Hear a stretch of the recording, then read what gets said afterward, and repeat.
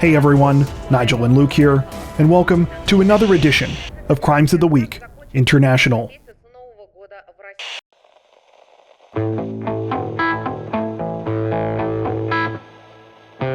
Representatives from the Hong Kong police force say that a 27-year-old purported scammer is in hot water this week after he allegedly tried to deliberately get hit by a car and failed, then attempted to salvage the situation with some seriously cheeseball acting.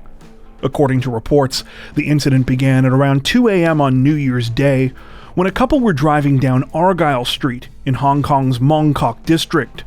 The pair were in the middle of rounding a corner when out of nowhere, a man intentionally darted out into the street several yards ahead of them and then turned towards their vehicle. No, the man didn't have a death wish. Quite the opposite. According to local media sources, this is likely how he makes a living. These so-called crash-for-cash scams are fairly straightforward. Unscrupulous people jump in front of cars looking to get minor injuries. Then, they either get paid out by insurance or blackmail the drivers for a payoff. The scam happens everywhere, but authorities say that they have become particularly common in Hong Kong as of late. Unfortunately for the suspect in this case, he miscalculated his approach. He was far enough away from the victim's car when he walked out into the road, and they were traveling at a low enough speed that they were easily able to stop before any kind of a collision. Oh yeah, and they could prove it thanks to their dash cam. As you might have guessed though, this did not deter the suspect. Apparently channeling his inner soccer player, the man decided to go ahead and take the dive anyway. After crossing his arms and throwing himself into the front of the vehicle, the man cartoonishly turned around and stumbled forward before rolling onto the ground. This is where things truly cross the threshold into clown territory. You see, the man kept rolling, and rolling, and rolling, even after paramedics reportedly arrived at the scene. According to reports we came across, some bystanders claim he rolled as many as 77 times before finally allowing them to examine him. Unsurprisingly, no injuries were found. As a precaution, the man was taken to a nearby hospital where he refused treatment. Perhaps equally unsurprising, doctors claimed that they noticed the distinct smell of alcohol in his breath before he left. The following day, the suspect, identified only as a 27-year-old man, was arrested and charged with violating the road traffic ordinance for negligently endangering his own safety and the safety of others. So far, it's unclear what kind of penalty the man could be facing if convicted, but police say they still plan to investigate the situation further.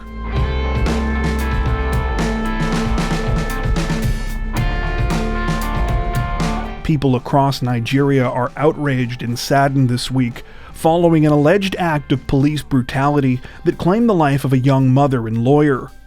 According to reports, Bolanle Rahim was gunned down by a police officer on Christmas Day as she and some family members were traveling home from a church service in the city of Lekki, in the state of Lagos.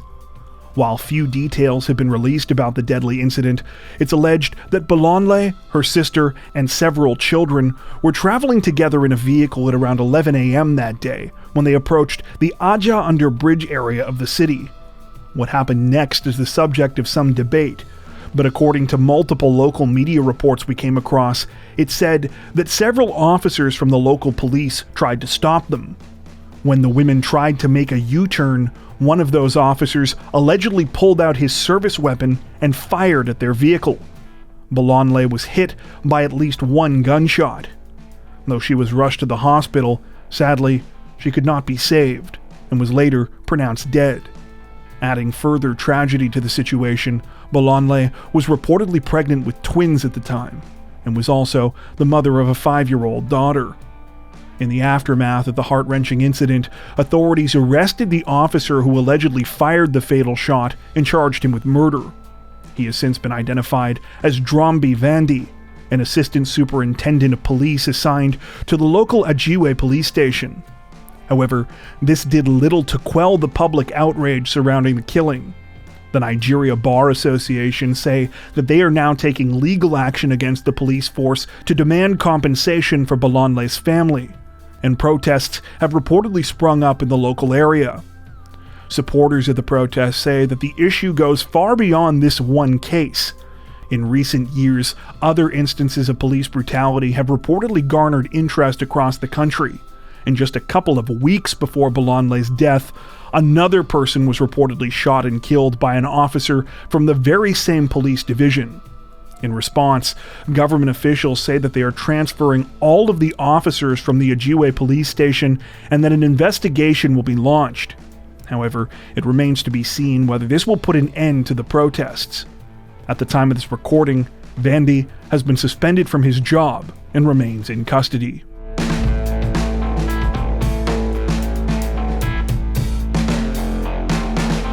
Representatives from the London Metropolitan Police say that a 29-year-old man is facing murder charges this week after a woman was found brutally murdered in her own home on New Year's Eve. According to reports, the incident began just before 10:15 a.m. on December 31st, when police were called to an address on Willenhall Drive in the West London suburb of Hayes.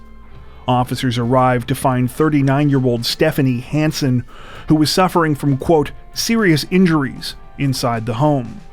Though paramedics did their best to save Stephanie, sadly, she was pronounced dead at the scene.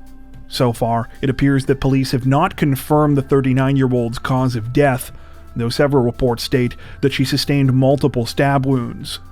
Following the disturbing discovery, authorities announced that they were questioning a 29-year-old man in connection with the case. That man, later identified as Selden Rodriguez, has now been arrested and charged with Stephanie's murder. While little additional information is currently available about the investigation, including any kind of possible motive, police have said that Rodriguez and Stephanie knew each other, with the latest reports stating that they were neighbors who lived on the same street. Authorities also say that they are not looking for any further suspects. That being said, at the time of this recording, police are asking for assistance from members of the public who might have any additional information that could aid in their investigation. In particular, they are requesting any surveillance video and dashcam footage that may have been taken in the area between the morning of December 30th and the time when Stephanie was found. In the meantime, those who knew Stephanie are paying tribute to her life on social media. Friends and family say that she was passionate about the environment, spending much of her free time on weekends volunteering with the Cranford Action Group, an organization dedicated to cleaning and greening their local area.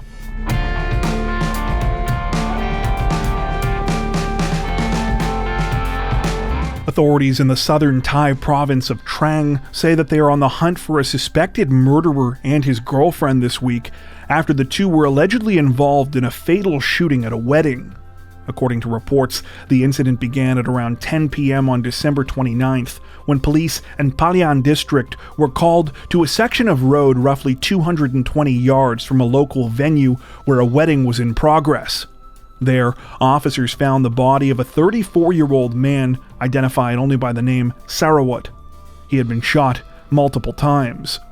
Thanks to statements from witnesses, authorities quickly learned that Sarawat had been a groomsman at the wedding that was taking place that night.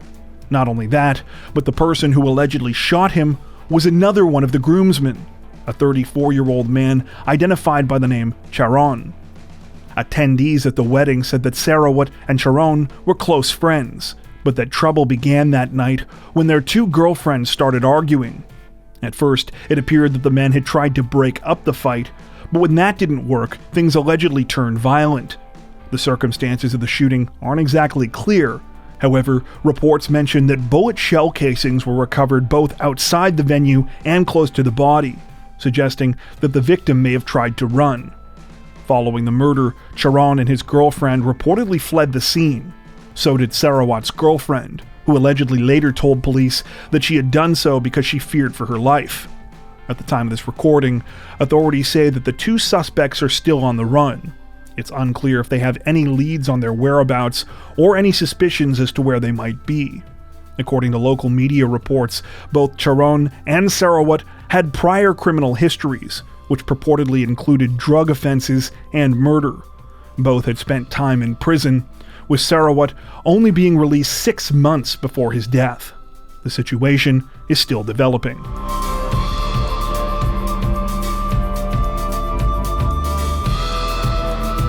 Authorities in the Australian state of Queensland say that they are now treating the tragic deaths of a father and daughter as a homicide case after their bodies were found last week in a burned-down shed on their property. According to reports, the incident began at around 12:20 p.m. on December 20th, when emergency responders were called to a farm property in the small rural community of Biggenden, located about 150 miles northwest of Brisbane. Firefighters and police arrived to find that a large shed on the property was engulfed in flames. Though the blaze was eventually extinguished, it wasn't long before the situation took an extremely dark turn. 2 bodies were pulled from the wreckage, later identified as the property owner, 54-year-old Todd Mooney, and his 10-year-old daughter, Kira. While police were initially under the impression that the deaths were a tragic accident, that all changed a few days later, when they announced that they had reason to believe the shed fire had been deliberately set. So far, it appears that they have not disclosed what evidence led them to this conclusion, though have shared their theory that an unknown third party was involved. At the time of this recording, the possible identity of that third party and their motivations remain a mystery. The only other person who lived at the property was Todd's longtime partner and Kira's mother, Rachel, who was reportedly not at home at the time. Authorities state that the family had no prior interactions with police and that they were extremely well liked in the community. Todd and Rachel had been running the local Biggenden bakery together since 2019, and tragically were due to be married just 6 days after the fatal fire. Right now, police are asking for help from the public in the hopes that witness accounts may help to shed some light on the terrifying case. In particular, investigators want to speak with a man and a woman who were captured on CCTV footage at a BP gas station in the community of Ban Springs, right around the time that the incident took place. Police have stressed that they do not believe these people have any connection to Todd and Kira's deaths, but that they could provide valuable information based on what they might have seen in the area that day. Additionally, police are urging anyone else who was traveling along the ISIS highway between Goomeri and Biggenden on the day of the incident between the hours of 10 a.m. and 1 p.m. to come forward, especially if they have dashcam footage. The situation is still under investigation.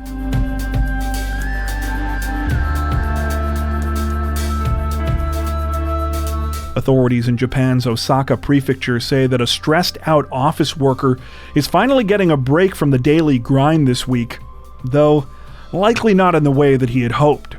According to reports, the case began at around 1:20 a.m. on December 20th, when police in the city of Toyonaka received a call from a 50-year-old man who said that he had just been the victim of a brutal attack. When officers arrived at the scene, they found the man suffering from a serious stab wound to the back, and he was quickly taken to the hospital, where thankfully he was treated and assessed as having non-life-threatening injuries. When questioned, the man explained that he had been stabbed by a stranger while walking along the street. Hoping to find the person responsible, police requested surveillance camera footage from the surrounding area. However, not only did they not find the culprit, they couldn't really see anyone around that time who could have committed the crime. That's when things started to unravel for the 50-year-old. Under a second round of questioning a few days later, the man admitted that he had made the whole thing up. Disturbingly, he said that he had stabbed himself by putting a knife against a wall and leaning back against it forcefully. His reasoning? The man said he was exhausted from working. While it's hard to fault the guy for his work-life frustrations, understandably, police weren't super happy with the way he chose to go about trying to solve his problems. They now say that after the man recovers, he will be charged with interfering with police in the performance of their duties.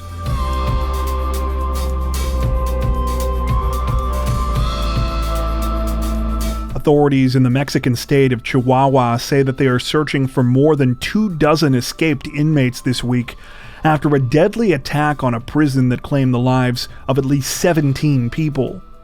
The incident took place at the Chihuahua State Prison in the border city of Juárez. It began just after 7 a.m. on January 1st, as crowds of relatives had come to the prison to wish their loved ones a Happy New Year. Suddenly, the revelry was terrifyingly interrupted when several armored cars pulled up to the entrance and heavily armed men began to open fire on prison guards. According to reports, the guards and even responding police officers were seriously outgunned by the suspects, who were believed to be members of a drug gang called Los Mechicles, which has connections to the infamous Sinaloa cartel. At the same time, inmates in the prison reportedly began setting mattresses on fire in order to create further confusion. By the time the whole thing was over, authorities say 10 guards had been killed, along with 7 inmates. At least a dozen more required hospitalization. Meanwhile, at least 30 inmates managed to escape. While this has yet to be confirmed, the working theory of investigators currently appears to be that the deadly prison break was planned and carried out in order to free the leader of Los Mechicles, 33-year-old Ernesto Piñón de la Cruz. Cruz, who was more widely known by the name El Neto, was among the more than 24 inmates who escaped, and had been incarcerated for the past 14 years on charges including kidnapping and murder. This is apparently not the first time his fellow gang members have tried to free him either. An attempt was also made in 2010, though that reportedly failed and ended with El Neto being injured. Sadly, it appears that the situation surrounding the New Year's prison break has only grown more deadly in the past few days. While out searching for the escaped inmates, investigators were once again fired upon, leading to another shootout. At least 2 members of the police were killed in this confrontation, while a further 5 gunmen died as well.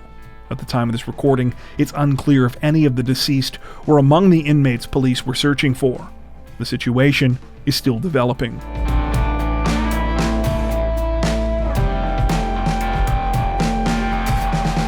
People across India are outraged and horrified this week after a 20-year-old woman was the victim of a fatal hit and run in which she was brutally dragged to death by the suspect's car.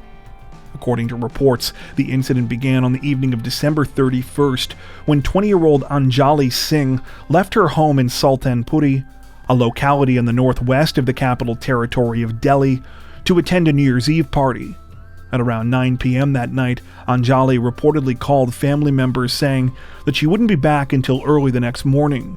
Sadly, the 20-year-old would never make it home. Sometime just before 2 a.m., Anjali and a friend were captured on surveillance video after they left the party, which was reportedly being held at a local hotel. The pair then got onto Anjali's scooter before starting to head in the direction of their homes. While the pair allegedly took turns driving, police say that at some point they got into an accident with a car while Anjali was driving. Her friend was launched to one side, suffering only minor injuries despite being thrown clear of both vehicles. Anjali, however, became stuck in one of the tires of the car. To the horror of her friend, she watched as with little hesitation, the car soon fled the scene, dragging Anjali along with it. Despite the 20-year-old's screams, as well as yells from multiple witnesses who allegedly tried to get the driver of the car to stop, the vehicle continued on. It would travel for nearly an hour, covering a distance of roughly 8 miles, until finally coming to a stop in the village of Jaunti. By this time, Anjali was dead. An autopsy soon revealed that she had suffered countless horrifying blunt force injuries. In the aftermath of the crime, authorities were able to arrest the 5 people who were reportedly in the car that killed Anjali. All of them are said to be men in their 20s. During questioning, all of the suspects initially claimed that they had no idea what had happened until they eventually stopped, saying that the music they were listening to drowned out the sounds of any screams or yells.